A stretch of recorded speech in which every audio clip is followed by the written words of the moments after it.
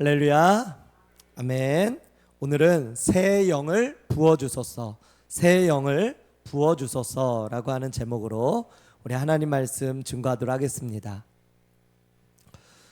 오늘 우리가 읽은 이 에스겔서 36장의 이 말씀은 하나님께서 이스라엘 백성들을 이제 회복시키시고 그들을 정결케 하시고 또 그들을 온전히 세계 모든 나라 위에 세우실 것이라고 하는 그런 하나님의 메시지를 말씀하고 있습니다. 그리고 그들은 지금 바벨론의 포로로 잡혀가 있지만 그러나 다시 하나님께서 저 땅 끝에 있다 할지라도 다시 하나님께서 돌아오게 하시고 또 모이게 하셔서 이스라엘을 하나로 묶어주시고자 하시는 하나님의 말씀이 오늘 말씀에 기록이 되어져 있습니다. 하나님께서 오늘 말씀을 통해 저와 여러분들에게 새 영과 새 은혜를 넘치는 귀한 은혜의 시간 되기를 주님의 이름으로 축원드립니다. 아멘. 오늘 말씀에서 보면 26절의 말씀에 보니까요, 하나님께서 26절의 말씀으로 우리에게 이렇게 말씀합니다. 새 영을 너희 속에 두고 새 마음을 너희에게 주겠다. 지금 이스라엘은 나라가 멸망한 상태이고 포로로 잡혀가 있는 상태이고 그들에겐 희망과 소망이 없는 상태입니다. 지난 금요일에 제가 마른 뼈도 살아날 수 있다라고 하는 말씀을 전했는데요. 다음 장 37장에는 이스라엘이 마른 뼈와 같이 우리는 지금 아무것도 할 수 없고 포로로 잡혀와 있고 우리는 지금 이곳에서 죽게 되어질 것이고 소망도 없고 희망도 없을 것이다 라고 하는 그런 자포자기한 마음을 이스라엘이 가지고 있다라고 하는 것에 대해서 같이 나눴습니다. 그렇습니다.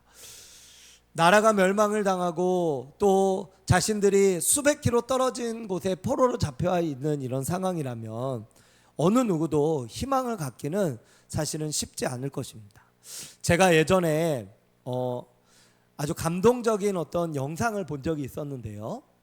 그 영상은 뭐였냐면 아들이 장애인인 거예요. 아들이 장애인. 그런데 이 아들이 장애인이고 휠체어를 타고 다닐 수밖에 없는 장애인이에요. 그런데 이 아버지는 이 아들 장애인을 위해서 무엇을 해줄 수 있을까? 이것을 계속 고민을 하게 되어진 거예요. 아들에게 힘내라고 하고 용기를 내라고 하고 넌 할 수 있다고 하고 그렇게 해도 근데 아들이 나는 장애인이니까 아무것도 할 수 없다. 이런 휠체어를 타고 다니는데 내가 뭘 할 수 있겠냐. 어떤 그런 마인드, 그런 마음만 가지고 있는 거예요. 그러던 어느 날 이제 이 아버지가 큰 결심을 했습니다. 무슨 결심을 했냐면 마라톤 대회를 나가야 되겠다. 결심을 한 거예요. 마라톤 대회를. 그런데 아버지 혼자 뛰는 게 아니라 누구랑 같이 뛰어요? 아들하고 같이 뛰는 거예요. 아들이 휠체어를 타고 있잖아요. 아들을 밀고 마라톤을 뛰는 거예요. 그냥 혼자 뛰는 것도 사실 쉽지 않은데 아들을 밀면서 마라톤을 뛰는 거예요. 그게 이제 그 마라톤에서 이제 마라톤 대회 나가고 뭐 기자들도 오고 뭐 방송국도 오고 그럴 거 아니겠습니까?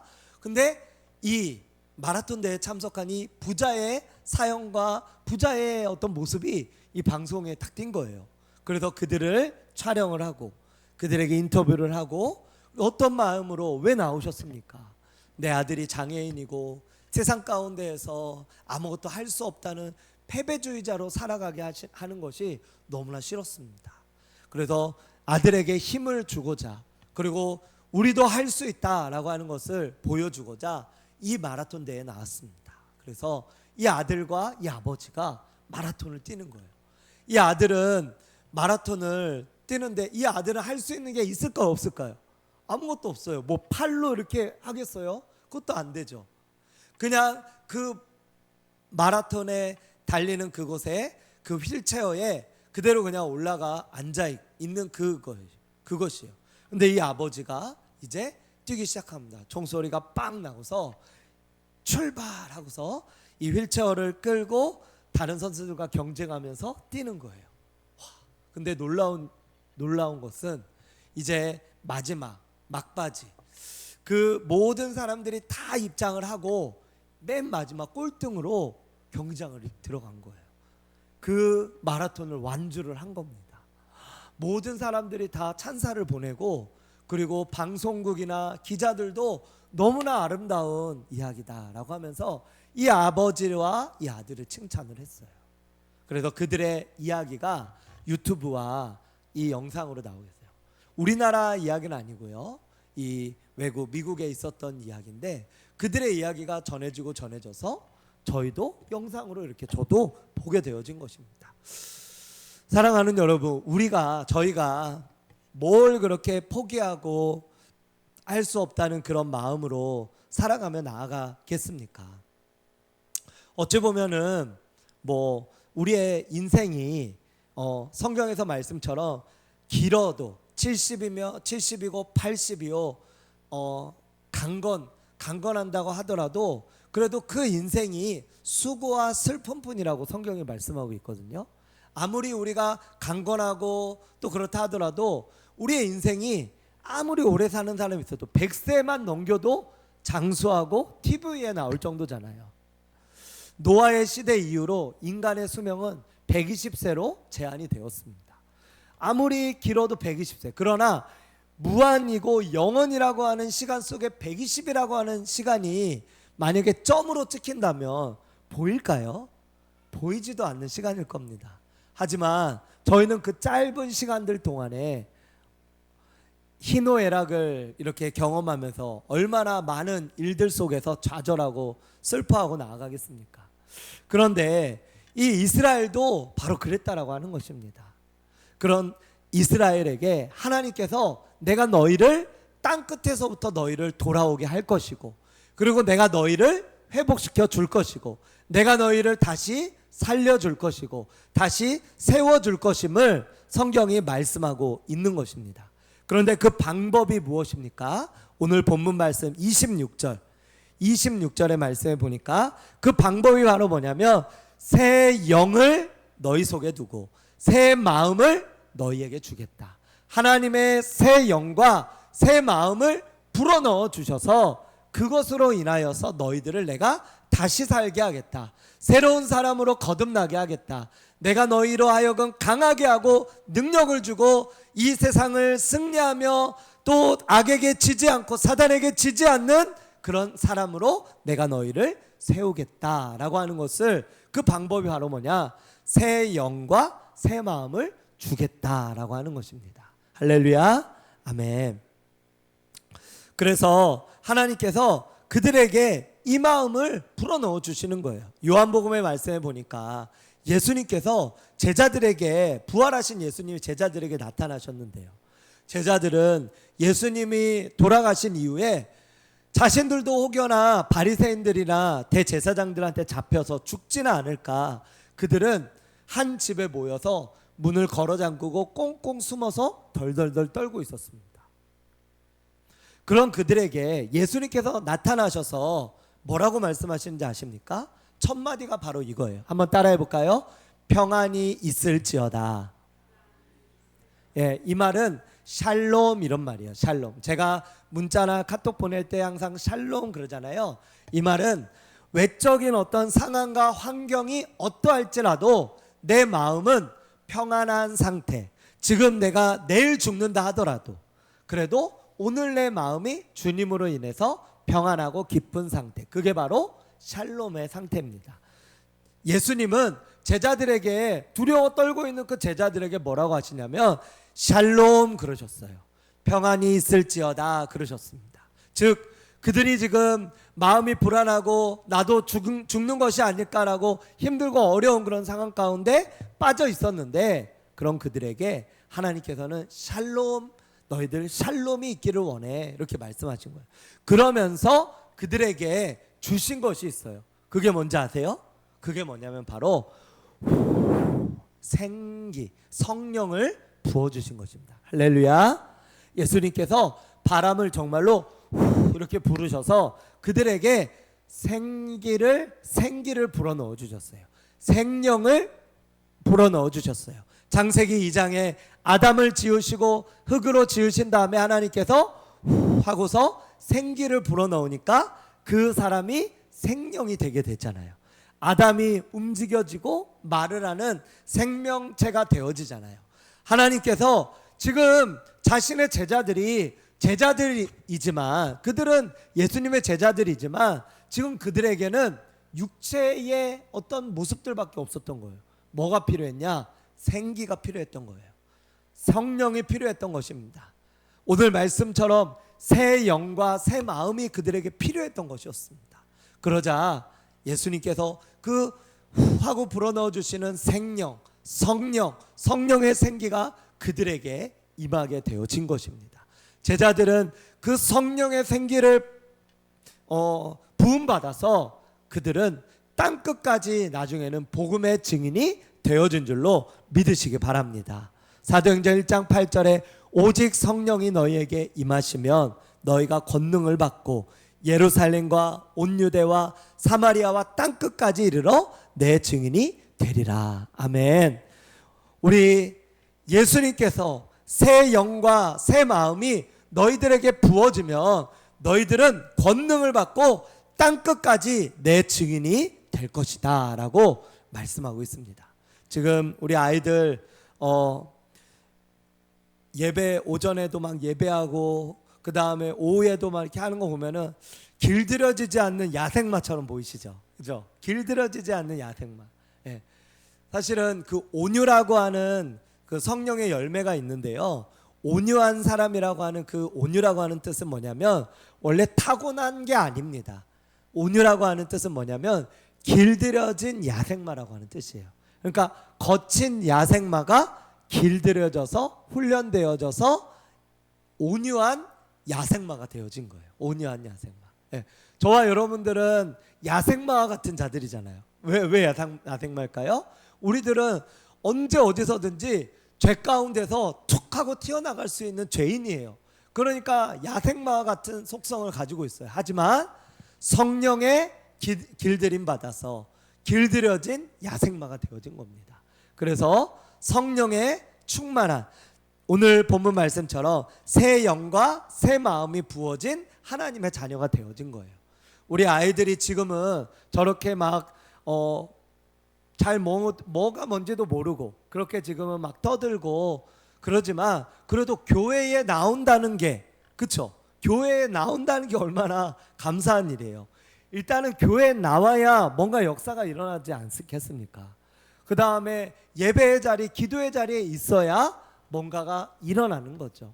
찬양을 하고 아이들이 이렇게 기도를 하고 하는 어떤 그런 모습들에 이제 아이들이 노출되어져서 그것이 아이들로 하여금 마치 가랑비에 옷을 젖듯이 조금씩 변화를 일으키는 것입니다. 하나님께서는 바로 그렇게 하시는 거예요. 26절에 하반절에 보면은 굳은 마음을 제거하고 부드러운 마음을 줄 것이다. 새 영과 새 마음이 허락된 마음은 첫 번째로 굳은 마음이 아니라 부드러운 마음이라는 거예요. 굳은 마음이라고 하는 이 히브리어는 레브 에벤이라고 하는 말인데요. 이 말은 돌의 마음. 다시 말해서 돌은 아무리 두드리고 아무리 부르고 아무리 뭘 해도 절대로 움직이질 않아요. 변화되지 않아요. 돌은 그냥 반응하지 않는 굳은 마음이에요. 지금 우리의 성령 받기 전에 야생마와 같은 우리들의 마음이 어떤 마음이냐? 굳은 마음이라는 것입니다. 세상 사람들이 어떻습니까? 굳은 마음이에요. 교회 가자 그러면 바로 옵니까? 뭐 이렇게 이런저런 뭐 내가 왜 가? 하면서 안 오잖아요. 그러면서 또 오겠다고 혹시라도 이야기를 한다면 근데 그 다음부터는 막 핑계가 나오죠. 뭐 갑자기 몸이 아프다든지 약속이 생겼다든지 뭐 어디 시골집을 방문해야 된다든지 일을 가야 된다든지 여러 가지 일정과 일들이 생기는 거예요. 굳은 마음의 사람들은 이게 들어가지가 않는 겁니다. 들어가지가 않아요. 하지만 오랜 어떤 물줄기가 마치 바위를 뚫듯이 하나님의 생기가 하나님의 성령은 강력하게 그 돌에게도 들어가서 마른 뼈도 생기를 불어넣으니까 살아나서 큰 군대가 되어졌잖아요. 이 돌도 생기가 들어가자 어떻게 되어져요? 부드러운 마음. 부드러운 마음은 바로 뭐냐? 성령의 마음인 줄로 믿으시기 바랍니다. 그래서 저와 여러분들은 어떤 마음을 가져야 되냐? 우리 성령의 사람들, 하나님의 사람들은 어떤 마음을 가져야 되냐? 바로 부드러운 마음을 가져야 된다고 하는 거예요. 예.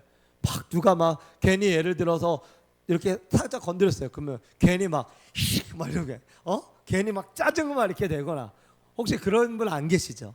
예. 괜히 우리가 짜증을 내거나 아니면은 뭐 다른 사람들에게 우리가 막 화를 내거나 아니면은 욕을 하거나, 물론 그런 분들이 우리 성도님들 가운데는 계시지 않을 수 있지만, 그런데 또 가까운 사람, 또 뭐 특별히 가족이나 나의 어떤 면을 다 아는 사람, 이런 사람들에게는 좀 더 나의 본 모습이 나오기 마련이죠. 그런 마음에서 우리가 진짜 예수님 믿고 예수님으로 변화되어졌다면 우리의 마음도 온유한 마음, 부드러운 마음으로 바뀌어져야 된다고 하는 거예요. 할렐루야. 우리 다른 사람들에게도 동일합니다. 우리가 어디를 가서 누구를 만나던 동일해요. 그래서 그들에게 부드러운 마음을 주시는 거예요. 예. 우리 성도님들께서도 이제 신길교회 이제 몇 번 방문하신 분들은 아시겠지만, 또 그리고 우리 교회로 이렇게 오셔서 뭐 이렇게 뭐 아기학교라든지 아니면은 다른 일정들로 인해서 뭔가를 이렇게 하시는 분들이 계시잖아요. 그런 분들이 이렇게 오셔서 하시는 모습을 보면요, 굉장히 온유하고 부드러워 보시잖아요. 그렇죠? 이렇게 웃고, 그리고 그 어떤 봉사나 이런 것들을 하고, 그들에게 부어주신 하나님의 성령이 그렇게 만든 거죠. 원래 그분들도 그런 분들이 아닌 거죠. 다 야생마 같은 죄악에 빠진 사람들인데 예수 그리스도의 보혈로 덮어졌고 바뀌어졌고, 그리고 하나님의 사람으로 변화되어진 것입니다. 그러한 저와 여러분들의 모습 가운데에서 우리는 이제는 굳은 마음 되었던 우리의 마음이 이제는 제거되고 성령으로 말미암아 부드러운 마음을 가지고 나아가는 저와 여러분들 되시기를 축복합니다. 아멘, 아멘, 아멘 해볼까요? 아멘, 아멘. 네. 그래서 우리 교회에 처음 오시는 분들, 우리 성도님들께서 너무 또 이렇게 오늘 오신 우리 집사님이나 아니면 또 아이들이나 또 이렇게 사랑으로 잘 맞이해주셔서 너무 감사해요. 저희가 이렇게 환대하는 분위기, 성장하는 교회나 부흥하는 교회는 반드시 뭐가 있냐면 환대하는 분위기가 있어요. 새 가족이 왔는데도 그냥 딱 쳐다보고 마는 그런 교회 가면은 그 사람이 다시는 안 오겠죠. 그런데 갔는데 너무 귀한 사람처럼 이 사람을 막 대우하는 거예요. 세상 어디에서도 대우받지 못한 대접을 막 교회에서 받는 거예요. 여기 앉으시라고 하고, 앉아 계시라고 하고, 이렇게 우리 이거 내가 이거 또 주보도 갖다 드린다고 하고, 또 오시라고 하고, 다음에도 이렇게 또 뵙자고 하고, 막 그러면서 그분들한테 그런 어떤 사랑의 환대를 해주잖아요. 그러면 일단은 첫 번째는 환대하는 내가 기뻐요. 내가. 그렇잖아요. 그렇죠? 우리 다 해보셨잖아요. 환대하는 내가 기쁘고, 두 번째는 상대방이 기쁘다는 거죠. 그래서 그 상대방이 환대의 분위기 속에서 그렇게 받아들이고 나아갈 때 그러한 공동체, 환대의 공동체, 이런 공동체는 하나님께서 역사하시고 하나님께서 함께 하시는 은혜로 넘쳐나는 줄로 믿습니다. 아멘. 하나님께서 오늘도 또한 우리가 살아가는 우리의 삶도 굳은 마음을 제거하고 성령으로 부드러운 마음을 품고 살아가게 하실 것입니다. 그것을 품고 나아가는 저와 여러분들 되시기를 축복합니다. 특별히 굳은 마음은 어떤 마음이냐? 하나님께 반응하지 않는 마음, 하나님의 말씀을 거부하는 마음, 자기의 뜻을 고집하는 마음, 죄를 죄로 느끼지 못하는 마음. 처음에는요, 이렇게 바늘도둑이 소도둑 된다 그러잖아요. 처음에는 뭔가 잘못을 하면은 이게 이렇게 잘못돼서 내가 걸릴까봐, 잘못될까봐 막 아주 노심초사해요. 근데 나중에 그게 반복되면 어떻게 되죠? 내성이 생겨서 그냥 더 큰 것도 아무렇지 않게 훔치거나 잘못을 범하는 거죠. 굳은 마음은 아주 굳어진 마음입니다. 영적으로 보면요, 지금 하나님이 아예 없는 마음이에요. 그런데 그런 마음에 부드러운 마음, 하나님께서 생명의 마음, 생수의 마음을 허락하신다라고 하는 겁니다. 자, 우리 두 번째는 27절의 말씀입니다. 27절 같이 읽겠습니다. 시작. 또 내 영을 너희 속에 두어 너희로 내 율례를 행하게 하리니 너희가 내 율례를 지켜 행할지라. 아멘. 자, 26절에 하나님께서 새 영을, 새 마음을 주신다 그랬잖아요. 누가 주신다 그랬어요? 지금 하나님께서 너희에게 주되 이렇게 말씀했어요. 26절의 핵심은 바로 뭐냐면 내가 그렇게 바꾸겠다 이 말이에요. 너희들이 노력해서 이렇게 되어지는 게 아니라 너희가 노력해서, 우리가 노력해서 새 영을 받고 새 마음을 받고 이렇게 하는 게 아니고 하나님께서 하나님의 영으로 하나님의 복을 내려주신다라고 하는 거예요. 하나님께서 내가 새 마음을 주겠다 이런 의미입니다. 그러므로 하나님께서 마음을 바꾸시고요. 그래서 27절에는 뭐냐면 그 새 영과 새 마음, 그 다음에 굳은 마음을 제거하고 부드러운 마음을 주는 것, 이게 하나님께서 하시는 것인데 그것을 무엇을 통해서 합니까? 27절의 말씀해 보니까 내 영을 너희 속에 두어. 무엇이에요? 내 영, 성령을 그들에게 주겠다.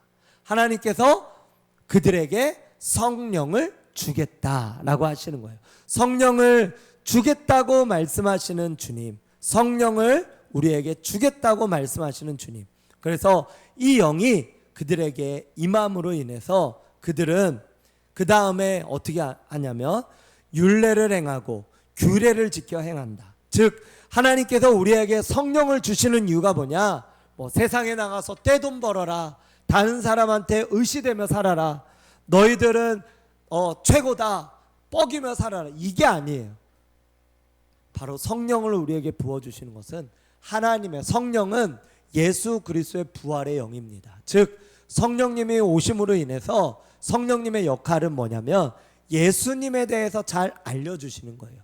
예수님에 대해서 잘 가르쳐 주시는 거예요. 예수님이 어떤 분인지 알려주시는 거, 그게 바로 성령님의 가장 큰 역할입니다.